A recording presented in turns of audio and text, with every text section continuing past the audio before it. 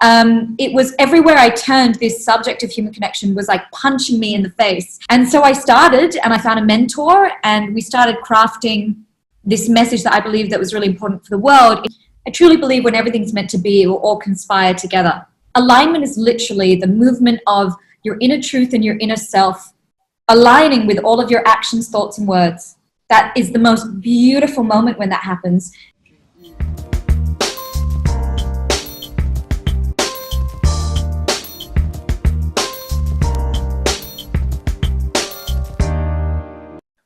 Hey there, welcome to the Chill MomBoss Show, and I'm your host, Michelle Hon. Right now, moms all over the world are experiencing the same thing. We're all trying to work from home or building a business from home with our kids being around with us 24/7. So today, if you're tuning in, you're in luck because we have with us Simone Heng, global keynote speaker and specialist on human connection. And she will be sharing on how we can stay connected to ourselves in this time of social distancing. And again, how do we stay connected to our clients despite the distance that we're having with each other? So welcome, Simone. Thank you for having me. It's so awesome to be here, and I'm such a big fan of you. So thank you so much for reaching out to do this, and hopefully we can liberate some mompreneurs. We can make life easier for lots of people over our chat today.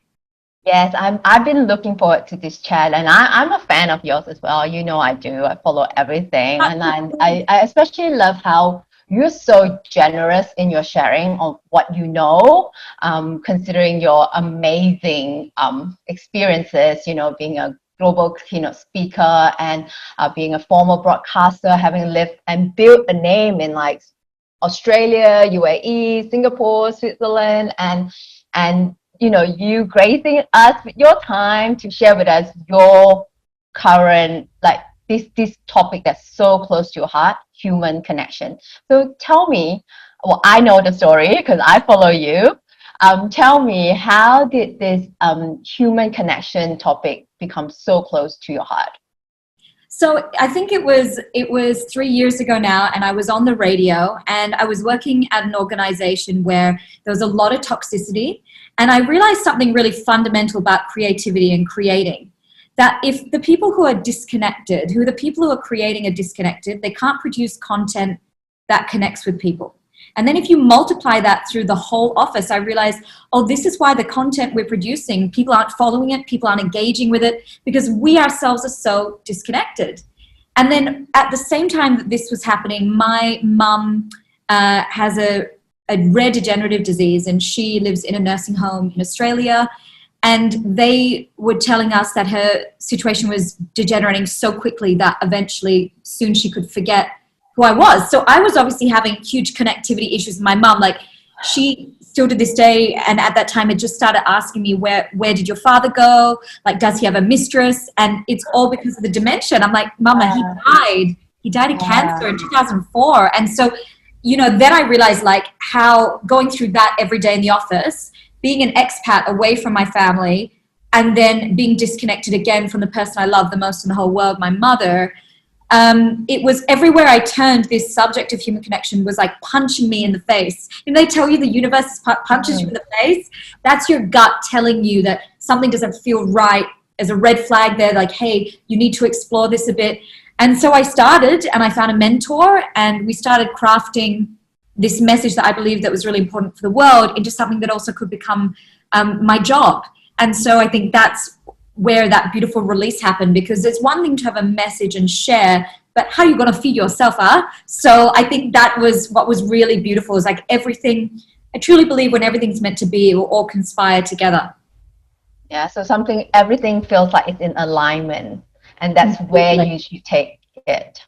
Absolutely. And I always say to my coaching clients, like, alignment is literally the movement of your inner truth and your inner self aligning with all of your actions, thoughts, and words.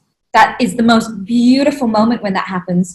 When there's a gap between our true desires and how we're showing up in the world, there's a lot of rage there, there's frustration, there's anger, because you want to be doing certain things, you want to be showing up in the world a certain way, but there are these things which you perceive as stopping you. So alignment is everything. key to Yeah, happiness. and a lot of things, like all this alignment or misalignment or not being congruent, it's all in our head. If we Yes. don't believe it ourselves, if we say one thing and we do another thing, then we can't get over ourselves to be showing up as authentic, isn't it? Absolutely. And I think for me, I'm kind of similar to you, Michelle. I'm quite type A, very disciplined. And one thing that when I would do things that were out of alignment with my truth, I would have a lot of shame following up from it.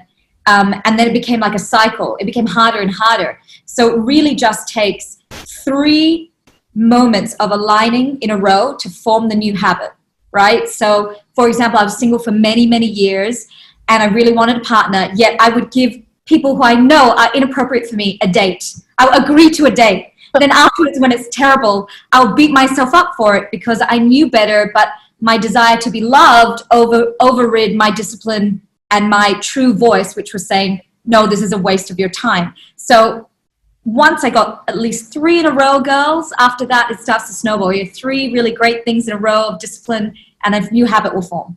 Awesome.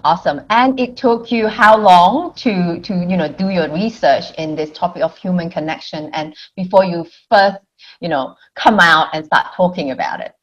So it was interesting because it wasn't just researching the topic. At the same time, I was also researching the speaking world. So I was like getting up in the morning at 9:30 up until 5:30. I would do my study. So either interviewing human connection paradigms, people who I thought were human connection experts, and then also reading every book on the market on presentation skills. And then I would nap. And then from 6:30 till midnight, I'd be on the radio. So I couldn't attend any night schools on speaking. I couldn't. I was on air. But I tell you, it's such a great example. Like if you want to get out and do something, you will find a way. So I did that for about 24 months, got myself to speak for free on the topic many times to get footage. And then I think because of the 10,000 hours I kind of did in media, like the transition was a lot faster than maybe it would be if you didn't have a speaking background. But I was able to flip probably in the last 6 months of the time the radio start booking the gigs as paid speeches. So we're looking at the whole process as September 2017 till July 1st, 2019, which is actually not that long, but I basically like put myself to school from 9:30 to 5:30, 5 days a week for that time. And it was exhausting. I'm really glad I don't have to do that again, Michelle. But I think you would. I think you would continue to study and just becoming even better and better at this topic that you're so passionate in. Like, well, maybe not 9 to 5, but I have to ask you, discipline, girl. Oh my God. I want to write the Human Connection book needs to be written next. So I started a blog just sharing articles, but I know in the thought leadership space, that is the next way to go. So I have to ask you, how did you keep discipline to write the book when you had a baby and all that? Yeah, good that you asked that. So starting a blog is definitely the way to go. So by the time I wrote my book in 2015, I've already started my blog for 3 years. So I had a lot of articles where I just pull and plug into my book and just flash it out. Yeah. So starting a blog is definitely the way to go. So you are creating content and building readers and audience at the same time. And once you've got that, it's just easier to just put it together. Here's the book, right? Fantastic. I agree. I think it's also something like, the antidote to despair is action. So it's just the action of, hey, I don't have to tackle a whole book today. Let's just get online and do like 2,500 words, write an article, please. Just write it. And that part of it has already started me not dreading the book writing process so much. It would be so easy to just pull everything into a book. Well, a book is on average 30,000 to 40,000 words. And if you're writing 2,000 word sort of article, it's like, hello, 20, 30 article. And you're done. I really do this, babe. I'm so glad we did this chat. So, because it has been, look, there's a reason why people, when they're building a brand, do short form video and do Instagram and do all this, because it's a lot easier than writing a blog. But if you really want a personal brand as an expert, there's a great branding thought leader called Dory Clark, and she always says, like, the reason people don't write blog posts is because compared to a caption, it's hard. It's harder. So there's that attrition that you're going to have to deal with. Like, a lot of people don't want to do it. You're going to have to be the one person that does. So thank you, Michelle. I'm totally motivated now. You just said that to us, like, girl, I already got 4 posts. We already got a 4 posts. You're like a third there already, right? If your blog post is been 2,000 words, that's a lot. They are very long. Yeah. Okay, so let's get back to the topic. So we want to talk about like how our moms can like stay connected with themselves first before they stay connected with their clients. So, yep. Okay. Enlighten us. This is huge, guys, and I say this in my speeches all the time. We can't connect well with others until we have a great connection with ourselves. And I actually learned that from a professional therapist I interviewed as a human connection superhero. She said one of her clients would literally come in and he was so disconnected from himself. If you asked him, like, did you have a good day today? He'd just say, yeah, I'm good. And she's like, okay, well, I'm going to give you some affirmations. You're going to say, I'm amazing in the mirror, like positive affirmations. And he would just say them deadpan. And she said, do you feel anything? So in order to have a healthy connection with other people, you need to know what you're feeling, when you're feeling, why you're feeling it. That's a healthy relationship. So if something uncomfortable happens, you get triggered, you need to know and have like some sort of touch point with those internal feelings. So a great way to do that, some people love to meditate. I think creativity is a great way to do it. I'm a big fan of painting and doing all sorts of other crazy things. This is like the crafter's dream time right now. So everybody can go and explore a bit more of their creativity. It's hard for mums. You are with your children all the time. And I understand that. But carving out just a little 15 to 20 minutes with yourself and literally just check in with yourself and say, like, how do I feel today? Or did my husband say something that hit me the wrong way? Why did it hit me the wrong way? Or my daughter and I had a fight. What can I process about this fight? Why is it making me feel this way? If you start to build that relationship of introspection with yourself, it's going to make your external friendships, your external relationships, and your relationships with your clients so much better. Because you can't get congruent and aligned with your truth, which is how you show up well for your clients, right? Consistent, reliable people show up really well for clients. They're the people that procure clients, the people who do what they say when they say it. Now, you can't do that if you don't have a connection with your truth and what you're feeling. You can't. How do you get alignment when you don't know how you feel? So do the internal work. If there are things that are bothering you, I'm a massive fan of therapy, like conventional therapy. I know some people like to go to Bali and do like yoga retreat, or other people do fitness camps or whatever. Like, I'm a big fan of conventional therapy, and it really changed my life. Obviously, I've had a lot of grief with my dad and my mom, and how I saw my life shift from 2015 to 2017 from the simple act of processing with a professional when I couldn't make connections. So because I'm a thinker, I would overthink things. So please use this quiet time, moms, while the baby is suckling at your breast, to just have that check-in moment. It's as simple as asking yourself, like, how am I doing today? How am I doing this week? Because as moms, and not that I am one, but I do kind of have like a 70-year-old in nappies, which is my mum. And I think that there's this constant thing of thinking about your children, or in my case, thinking about my paralyzed mother, and you stop thinking about yourself. And it's important to recognize these, because, we have like 1,000 things going at us at one day, right? And as a mom, and sometimes we have these feelings that we, I'm experiencing this right now, being at home with my kids all the time and trying to get work done and trying to submit their homework and just things, right? And then it's important not to sweep all our feelings under the carpet and just acknowledge it and not feel like, oh, I'm so guilty for feeling bad or angry or shout. So how shall we channel our frustration, for example? So you're saying that we should just check in with ourselves, like a quiet moment, maybe just shut the door, go to the toilet for longer, and just question what we're feeling and ask those questions. I just love that you shared that story, because what I used to do, I would be so exploited with my time at the radio, and then I'd have to go on air, but I'd be feeling a certain way, but I have to pretend that I'm happy.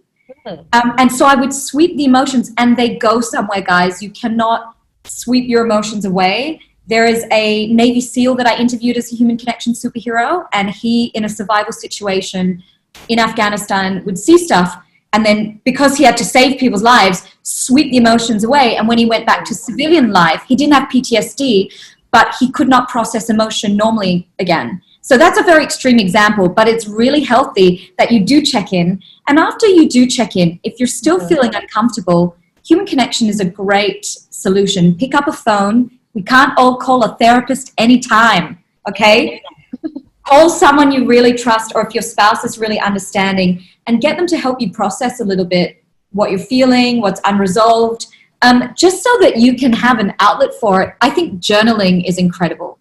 If you feel like, oh my God, I just don't have time to deal with this, the kids are screaming, I need to do things right now, just KIV it for journaling before bed, so that at least it gets out of you. You can sleep better after that, you know?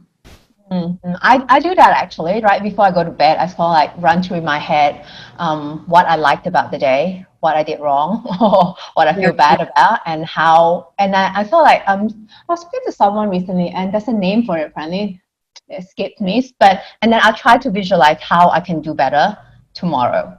Oh, that's so good. I'm going to start that. The visualizing on what to do better is normally I just download into the journal. But I really like that. That's really good. So I just like, because we moms, we put the kids to bed. So we basically kind of have to lie down, but try to not fall asleep. So that's what's going through my mind while waiting for the kid to fall asleep. So that's one tip. That's a really good use of time. Really good use of time. This is why you're the expert. I'm not. Okay. So okay, back to before we move on to how they can connect to the client, therapist, where can they find therapists? Oh, I found mine through recommendation from a friend. And I think this is really important to find a good therapist, guys, and you can do a Google, but find someone who's a similar age and demographic to you. So I, by very chance of luck, found a Eurasian woman, my age, Chinese mother, Caucasian father, exact age, had lived in both Asia and UK. So a lot of the cultural issues that I would have, like cultural battles between myself, like working in a very Singaporean environment where my very Western behavior and expression was causing a lot of bullying issues in the workplace, I didn't have to spend 30 minutes of the 1 hour session explaining that to her. She got it. So simply for pragmatic reasons, find someone who's a similar makeup to you. So if you are like a 30-year-old Singaporean female, find a therapist who's a Singaporean 30-year-old female. It's just going to give you more time in those sessions rather than you go to Angmo 50-year-old male. Well, what do you know that? I mean, that's connection as well. It will waste like half an hour for him to try to get into your head. People are gonna get like, why? He'll be like, why are you outraged that your mother didn't give you an ang pao? Like, he's not gonna get it. He's not gonna get it. So that would be my biggest tip. And you can do a Google, but when you go to the websites, look for someone who's a similar makeup to you that you can really identify with them. Such a good tip. So kind of like common sense sometimes, we just don't think about it, right? And people often just go like, who's the best? Who's the best known, like aesthetic doctor, like who's the best aesthetic doctor, rather than this is different. You need a fit on me. Yeah, exactly. Yeah. All right. So moving on, how do they stay connected to the client or the community or the audience that they're trying to build? Absolutely. So for me, I always say prior to COVID, we were using technology that was given to us to connect us, to disconnect us. Like we were on automation. People were just swiping right or putting emojis.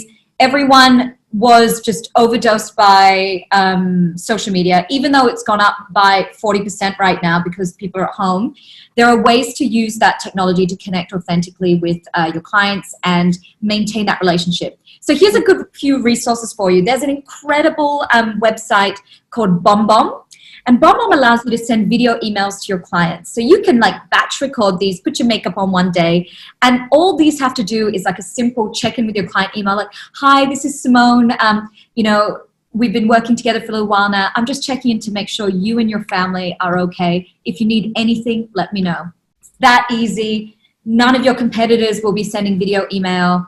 So show that you're a human during this time. And the good thing about COVID, well, depending on how old your kids are, right? But for some of us, we have more time than normal to do things like record video emails, even though the software makes it quite quick. So it's a good time to take advantage of this. The number one thing in marketing terms right now, or personal branding terms, is you don't want to be the brand that's selling to people. You want to be the brand that is giving. You see, Michelle, I give away a lot of knowledge for free. You want to be filling people's need for connection. People are thirsty online right now for connection. And when they do come into a budget, even if they don't have the budget right now for whatever business you have, when we get out of this circuit breaker, they feel connected to you, they feel they can trust you, and you didn't try and sell to them during a crisis, and they will remember you, and they will become your go-to biggest fan. They won't just become a customer, they'll be your biggest fan who word of mouth recommends you. So that's really important during this time. I mean, this month I got 6 new coaching clients, and I didn't sell to anyone. I might put a testimonial up, but it will always be about highlighting my client who's featured in the testimonial in my caption. And that's a form of persuasion without being like, so like, it's about me, hire me now, right? And I think that method really, really works. So be there for people, be a human. Be a human in a time where people need humanity more than ever. Good tip. And one pro tip is just go follow Simone on her social media and just copy what she does. No, actually, you should copy what Michelle does. She's got way more followers than me. She's really good. Really gay. Look at, I see those client testimonial that you put out all the time, and they're all really well made. And I must say, I really give lots of kudos to you for putting all those to do these things, Michelle. Otherwise, I would never get time to like write articles or do a book outline or all of that. But yeah, we all should find. And I like how you are making the most out of the circumstances. I remember seeing your post saying you were supposed to travel, to the US, and a few big gigs were. Oh, I'm so. But the funniest thing is, Michelle, I thought I would be more upset, but I think I secretly, because from the moment I left the radio, it was crazy. It was so busy, and I knew that in order to become a specialist correctly in the way that I'd been taught by my mentor and the people at the Speakers Association, that certain things had to be set up. The blog had to be set up. A book had to be attempted. Real demonstration of the research that I had done needed to be shared, but I never had the time to share it because there was all these gigs that I was posting about. So when are you going to share? And during this time, I've been able to cut all those old speeches, put bits, demonstrate expertise, demonstrate knowledge, with a captive audience that is 40% more engaged than prior to the pandemic. So I thought I would be more upset, but because I'm very type A and I like everything to be in order, it was a relief. And now you're able to like push all these things and work on the projects that you have had at the back of your mind. And online courses that I bought and didn't get around to doing. Yep. And yeah, you're amazing. So good on you. I'm so glad we have you on today. And so besides the video, email, what else can we do? Oh, well, there's a great app that's coming out very soon. This just helps with connection in general. Okay, so it's called Love Bomb. I don't know why everyone loves bomb, the word bomb, very American. Love Bomb. And this is Love Bomb. It's by a kindness and connection speaker who's a friend of mine called Mark Shapiro. And what it will actually do when it's in beta launch phase right now, it's actually going to allow people to keep track of all the people that they should send messages of connection to. So this is very good for your husbands, ladies, if you're listening, because men always forget to call their mom, do all this stuff. The algorithm forms like an arc for the people who are your closest connections. Then there's a circle for the people that you contact less often, and then you can build it. Yeah, so it's really good. And that is probably good also to remind you of, hey, it's a client's birthday coming up. Maybe send a birthday greeting or a special offer to the client if you don't already have that automated in your system. Automation is great, but I also feel the human touch, it really cuts through in terms of being memorable to your clients, really cuts through. Yeah, and that's so important because I tend to think how on social media algorithm, right? It's all based on who you most interacted with. And so regardless of the huge number of followings or audience or friends you have online, you only see the few. So this app would be useful for, hey, who hasn't I gotten in touch with recently? Absolutely. And look, we're all dealing with that with Netflix right now. I don't think that, like, we've all watched everything on our algorithm, and it's so I don't know how much good those algorithms do, but I think it's also showing that humanity beats a social media app any day in terms of being social. Other resources that are really great, there is we've all heard of House Party and Zoom, but there is a software called Who Runs the World. Hold on, let me just get my notes. And it's by a team of girls in Hong Kong. And at the end of the software, you can actually do like a cocktail mixer. So if you wanted to do like a webinar for your clients, and then you can actually do virtual cocktail afterwards. So that, like, because nobody's meeting on the webinar, right? Yeah. And then you can change it, which I think is value adding right now if you're in a services or information-based business, because people are hungry for connection. So if you can be the conduit that supplies that free connection during a time of disconnection, makes you memorable. Bringing people together has always been valuable in any time, COVID-19 or not, right? Bringing people together, be that connector that you can be. Absolutely. Being the connector makes you memorable. Absolutely. Yeah. So, Dad, thank you so much. So what's the one last advice that you would give, our mom bosses out there trying to build a connection with people? What's that? Okay. Like, if you've not met someone, right? If you're meeting someone for the first time and trying to establish connection immediately, what should we do? Because most of the time people don't know what to say. Okay, this is like my biggest one, and it's special for Asia, okay? Yeah. We all love to show face. It's how we were brought up by our parents. Like, don't be too, showing everything, giving all your secrets away. Like, so we show face and we block our true emotion from coming to the fore. This is particularly in Asia. We have to be more emotive. So I always say, you want to expedite connection, emotion gets connection into motion. So if you show your expression more freely, particularly now because people are dying for it, right? They're dying to see that. People can connect more with your truth because your facial expressions are reflecting how you feel, rather than I'm angry, but my mother told me I must always show a pleasant face, right? So when we show our true emotion, we allow people to treat us with a lack of suspicion, and that expedites trust. Trust is the building block for connection. So just show those emotions. Don't be ashamed. We need it now more than ever. And we have 10,000 micro expressions on our face. So if you hide your emotion, you are robbing the person you've just met of a whole bunch of connective information so they can make meaning of you, so they can build bonds. And the next step after you show your expression is to use your commonalities to connect. So use a commonality. Like, for example, Michelle, you have a slight Australian accent, right? Yes. I lived there for, a few years. Yeah. My husband's from Australia, so. Oh, okay. So if we were off cam and like we had more time before the setup, I'd be like, Michelle, do you have an Australian connection? And that would be our commonality that I would use to start the conversation. So be observant that way, show your emotion, and then hone in on those commonalities. Great. So thank you so much, Simone. You are a wealth of knowledge, and you know that I'm a fan of everything you do. So thank you so much for coming on the show, because I know you just added a tons of values to my audience. So thank you for having me, girlfriend. Can I taking a photo of us, Michelle? Yes. Before that, tell people where they can find you. You can tell I've been out of media for a long time and I forgot how to sell my own platforms. Guys, I have a website if you want to go to book me for presentation skills coaching, simoneheng.com. And there's also a website with all those articles about human connection. If you're interested in the topic, it's humanconnection.news, and Instagram at Simone Heng.